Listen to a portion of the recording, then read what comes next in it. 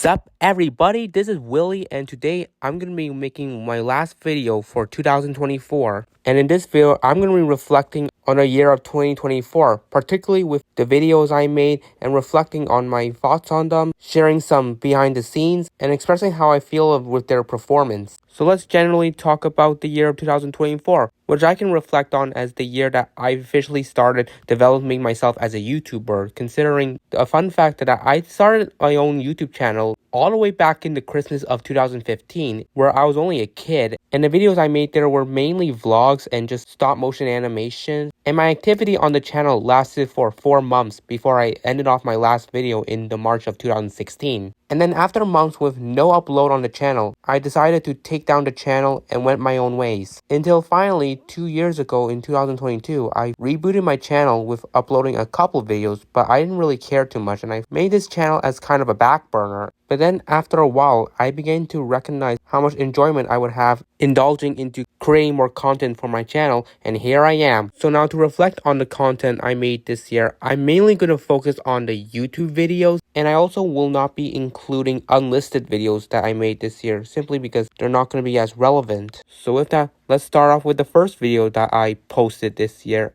which is the one where I was riding the subway from Warden to Yonge station. And into the making of this video, I was only making it just for the fun of it, inspired by many other videos of subway rides on YouTube. And a little behind the scene fact on this video that I also listed in the description is the fact that they were filmed in 2 separate days due to a personal error I made. So yeah, that was pretty much it, besides just me filming the subway thrusting through the tunnels and going to station by station. The performance on this video was alright for the first few days, but then the algorithm just completely stopped. But I still think it's an alright video. The only thing I do kind of regret was at the beginning, where for the first few minutes of the ride, I wasn't even filming the front window, instead on the side window, which didn't really get interesting once we entered the tunnel. So that's one thing I do wish that I refined on, so the video would look way more consistent and presentable. But either way, this one was fine and for my liking, and I hope it would eventually pop again down the road. So now we move on to the next one. And now we get into the one that I am most excited to reflect on, which is my Backyardigans review,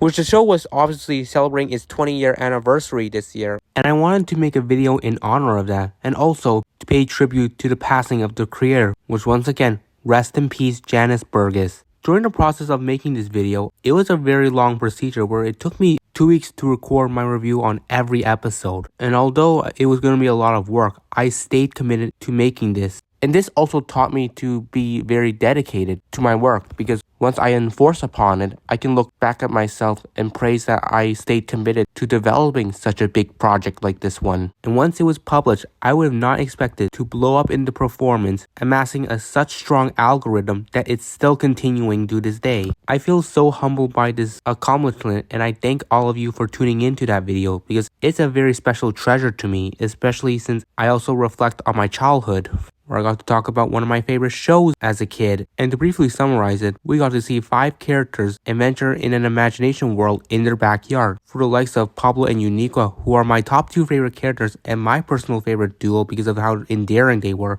Austin, who is such a relatable character to me and had a lot of development in this series, where he plays such good roles, especially Gloomeister, who is my personal favorite villain because I always feel so sympathetic for him because his motivation was just by fear. Tasha is a very riveting character because of her assertive personality that brings a lot of drama, and then Tyrone, who is more laid back but a very good character with a lot of passion. And also because this is my first review I'm gonna make, and although I did display my voice for a YouTube video before, which you might be aware is my podcast video, that was more for school circumstances, more so than YouTube. This video was motivation for YouTube's sake. So when I started recording my lines for my first ever review, I was pretty nervous, and that's why the sound of my voice sounded pretty monotone. But ever since then, as I start to make more review videos, I began to put a little more enthusiasm in my tone. So I think this review really helped me get expressive more, and has also aided me to practice with my communication and articulation of things.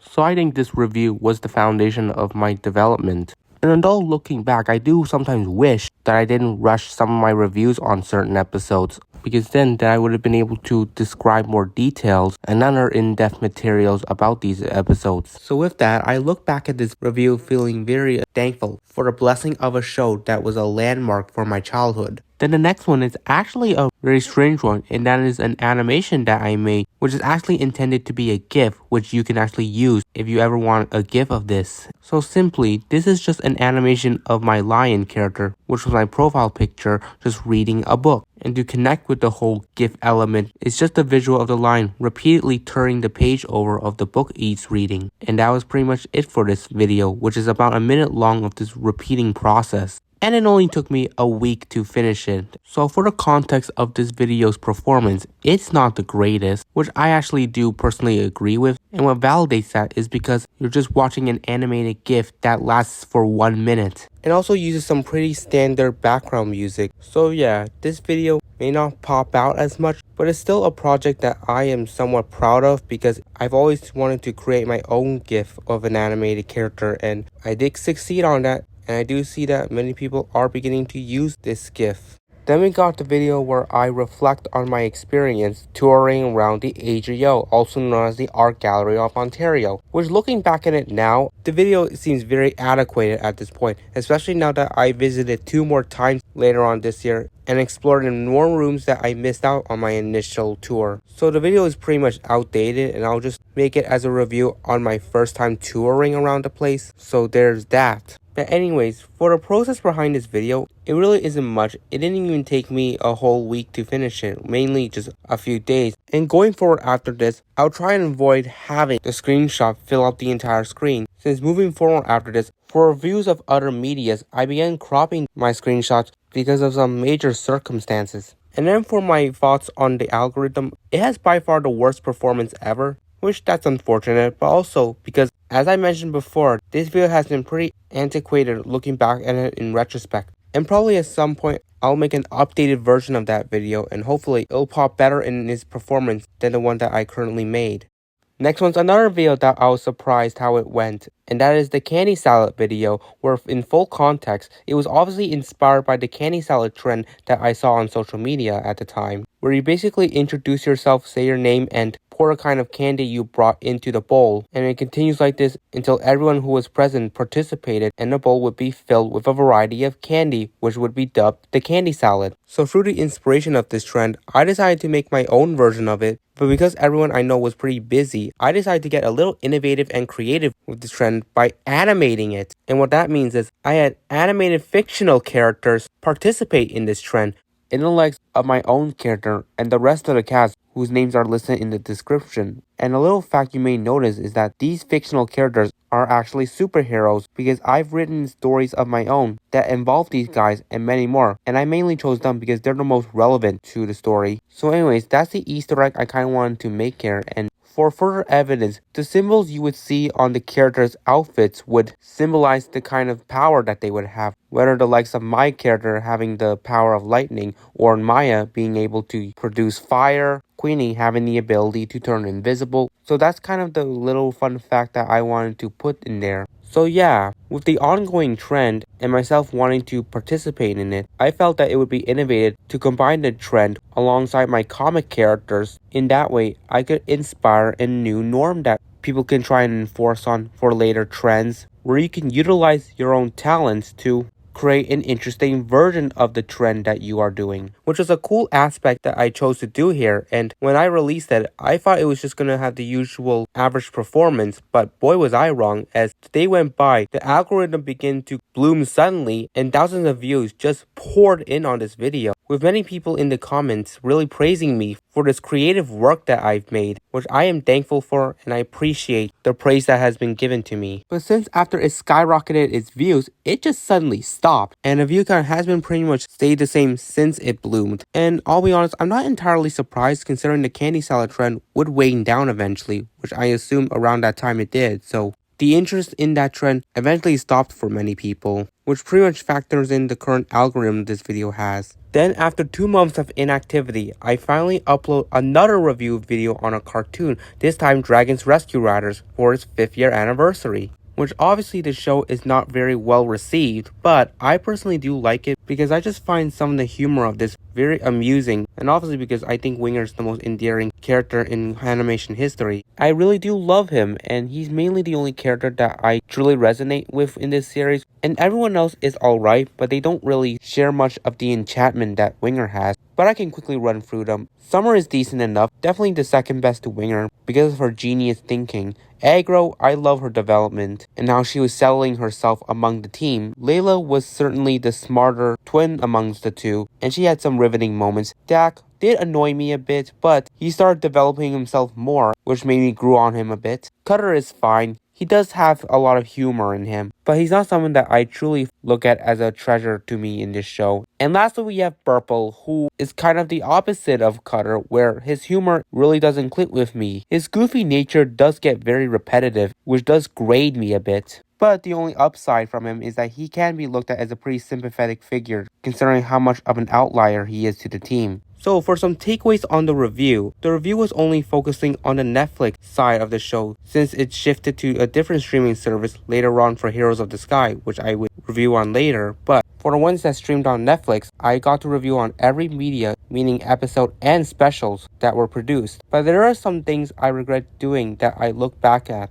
First off, the ratio of the screenshots were way too minimal, and so the sidebars were much bigger than what I intended it to be. And secondly, the day I uploaded it was all in its anniversary month, but not its anniversary day, where it was actually released 4 weeks before it actually celebrated its 5th anniversary, which is now something that I do regret because of how impatient I was. And now moving forward, whenever I'm releasing an anniversary for cartoons, I'll make sure my reviews on them will be published on the appropriate date that it will be celebrating its anniversary. And the performance itself was pretty consistent, just slowly building up its algorithm and even skyrocketing at some point. But as of right now, it's currently slowed down a bit, but hopefully it'll pick back up eventually. And then next up is my Big Brother review, which is my first video focusing on a reality show. Because something that I'm well known on for social media is having such fond for reality TV. So for a brief backstory in the making of this video, I actually wasn't planning to make it because I was just being lazy and I had other stuff to focus on. But as I was thinking about it more, I felt like because my October schedule was pretty empty and the fact that the next video I was making wasn't going to be uploaded until November, I wanted to at least fill up a video in between so there would be some type of content that I would produce. And plus, since BB26 was a scene that I was actually enjoying, I also wanted to make this review to reflect on how great of a season it was.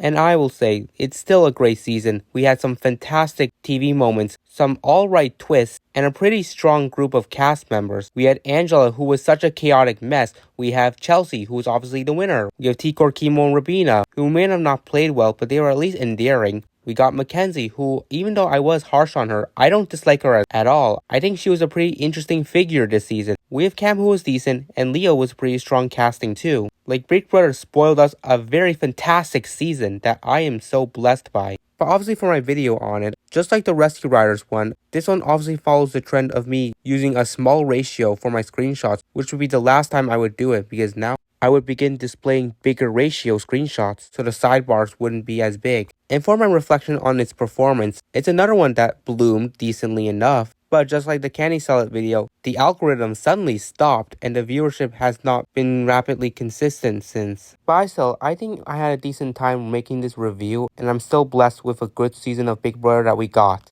Then we got another Rescue Riders review, this time focusing on one that was on the streaming service Peacock and was given the name Heroes of the Sky. Which, I mean, I could have just conjunctioned this with the Dragons Rescue Riders review, but as I think about it more, Heroes of the Sky was its own separate theme that I felt like it would be more appropriate to make a separate review on it, even though it's kind of arbitrary to highlight it on its 3rd year anniversary. But oh well. So I had a pretty fun time rewatching Heroes of the Sky, and like I mentioned, I think there was much more improvements with these characters than how they were presented in the Netflix series. Like, Winger did not have much difference to him outside of being more of a central figure to the team, but on the contrary, we got to know the likes of Summer, Cutter, and Burple more through their backstory episodes, which was helpful to propping up their character more. And then with the rest of them, we pretty much already knew Agro through her introduction episode. Layla had more character in her with her investment on dragon history and artifacts. And then Dak did improve himself a lot, where I found him less cringy in this series. And then aside from the characters, the quality of the adventures were much more fascinating. and I do love the amount of upgrades the show has made that really attribute to the development of its quality. And yeah, for some brief fact is that this is the first video where I finally scheduled its release, rectifying the mistake I had with the Netflix review, and that's what I'm continuing to do with other shows moving forward. And I do feel very humble at the fact that this review is actually a few minutes longer than the Netflix review, even though the amount of media I reviewed on is shorter than the amount in the Netflix review. Which I wouldn't say recency bias plays a factor into it, but because I felt that Heroes of the Sky had such better quality with the format of their episodes, that I felt like they stood out to me more, and I care enough to take my time to put some deep dives into the episodes more so than the ones that were streamed on Netflix. And like I mentioned when I was reflecting on the Big Brother review, is the fact that starting from this review, I would begin displaying more bigger ratio screenshots so that there would be a better aesthetic with the presentation.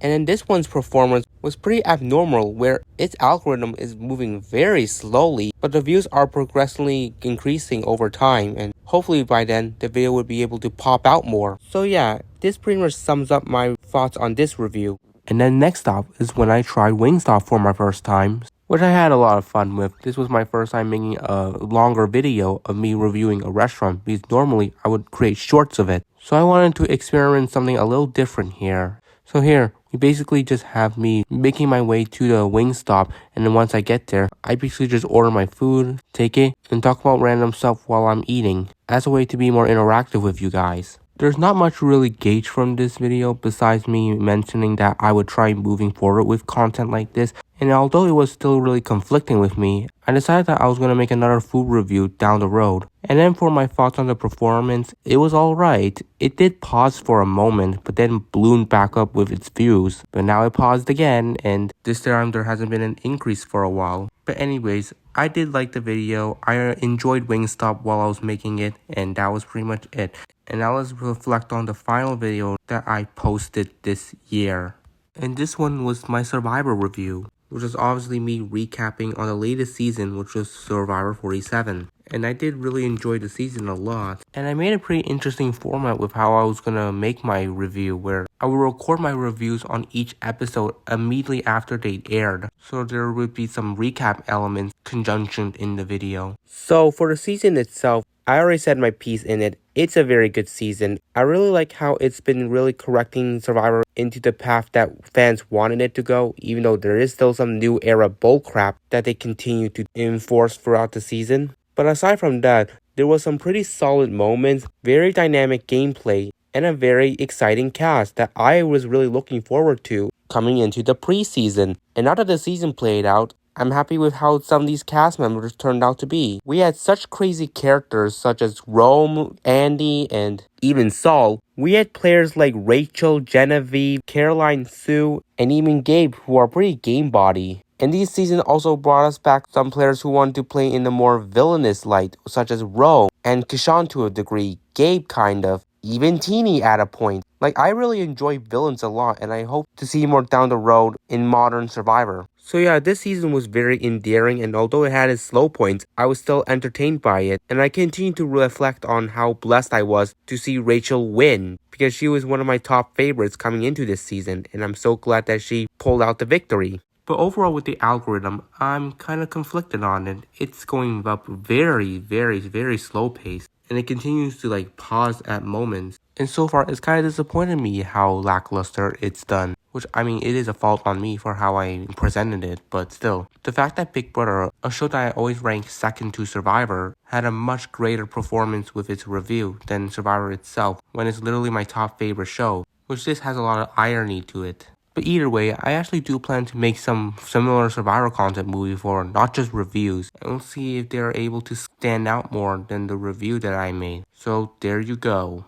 So that's everything with me reflecting on my year of YouTube in 2024, looking back at all the videos I made this year and reflecting on how I look at them in retrospect and sharing some unique backstories that you might have not have known before. So that's what I've got to say for this topic. And since we're here, I might as well talk about what I plan to do moving forward. Where remembering in my Big Brother review, I did mention that I would try and do monthly uploads of videos. Well, I am sticking to that notion, but I'm choosing to expand further upon it than just having it be a monthly upload with just one video. So in that way, I'll have more activity with the videos on my channel, and I'll also be producing more content moving forward. And because of that, I've used my productive times to plan out some videos in advance so that I can have a really coherent schedule with what I'm going to be posting. And currently right now, I do have a few videos scheduled. One that's going to be publicized in just a few days, so stay tuned. And another that's going to be released a few months down the road. But besides that, there's going to be a lot more content next month. So I'm going to get very productive soon. So that's pretty much an update that I wanted to make here. So with all of this, I appreciate everyone who tuned in to watch this video, and I will see you all next time.